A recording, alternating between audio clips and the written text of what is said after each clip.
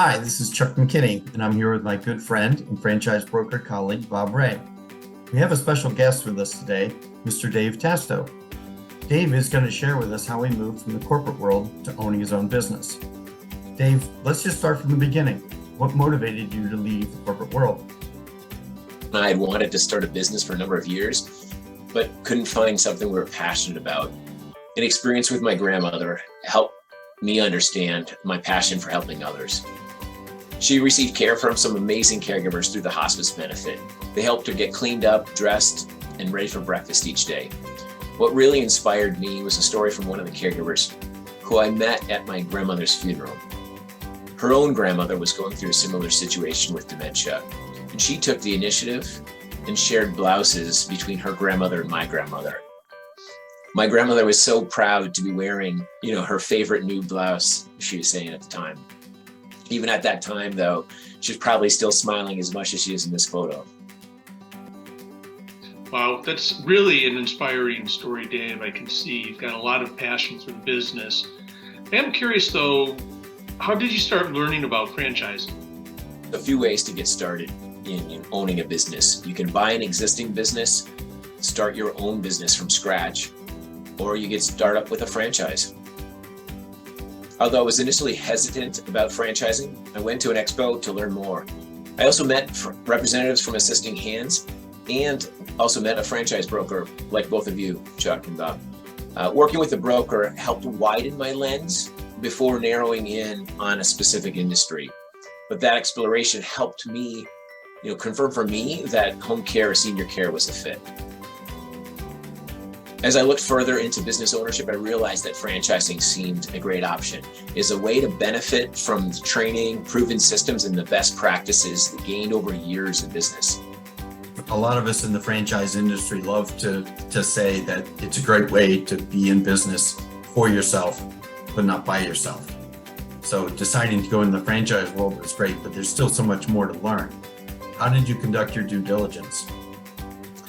This process isn't really all that difficult, and there are a lot of resources.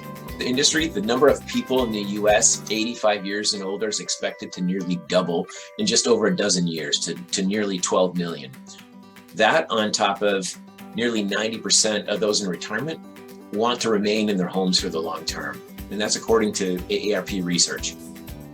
There are really 6 key questions to go through in evaluating if an opportunity is right for you. Some you can analyze with numbers, others are more subjective. You do really also need to feel that the opportunity is right for you. I agree with you, Dave. There are a lot of quantitative and qualitative factors to take into consideration when you're looking at a business. And that's probably something we could spend 6 more minutes talking about just on its own. I'm curious, though, how did you decide on Assisting Hands as the business for you? A lot about culture. Within Assisting Hands, other owners are like family members or advisors. They felt very similar to me, and it's very much a collaborative environment.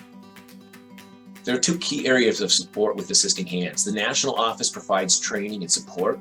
The area rep not only helps through the initial evaluation, but also provides an extra layer of support that continues throughout the business getting up and running and on a path to growth. The area rep model is unique to Assisting Hands, where there's local support from someone who has started and grown a home care business of their own. I liked how the brand embraces technology, and this can provide insights to efficient growth over time and scalability. The area representative model is unique to Assisting Hands, and it's one of the reasons why I like to present Assisting Hands to candidates to have that local support. In fact, I know, Dave, you like it so much that you not only are an owner of a franchise unit, you are also an area representative, which I think is really great. We're a little short on time, but why don't you give us any final bits of advice for someone who might be watching this and is thinking about exploring franchises? Franchising can be a very good way to get into a new field. You can reap the lessons learned by other owners and still be your own boss. Get help from folks who are experts in the field, and also get to the point where you can speak with other owners. Validation is a phase in evaluating franchises where you can speak with current and former owners and get a sense of the culture. I have to say, in home care, getting feedback from clients can be quite rewarding. When I hear, we want Mary back every day, or we couldn't do this without her, I'm more energized to keep growing and giving families the same level of care that my grandmother received. Dave, thanks. This has been a great conversation. I really appreciate you taking the time to be with us today. For anybody that wants more information, please feel free to reach out to any of the three of us. I'll put our contact information up just following this video. Thanks, Bob. I appreciate it. My pleasure as well. Thanks. Thanks, Dave.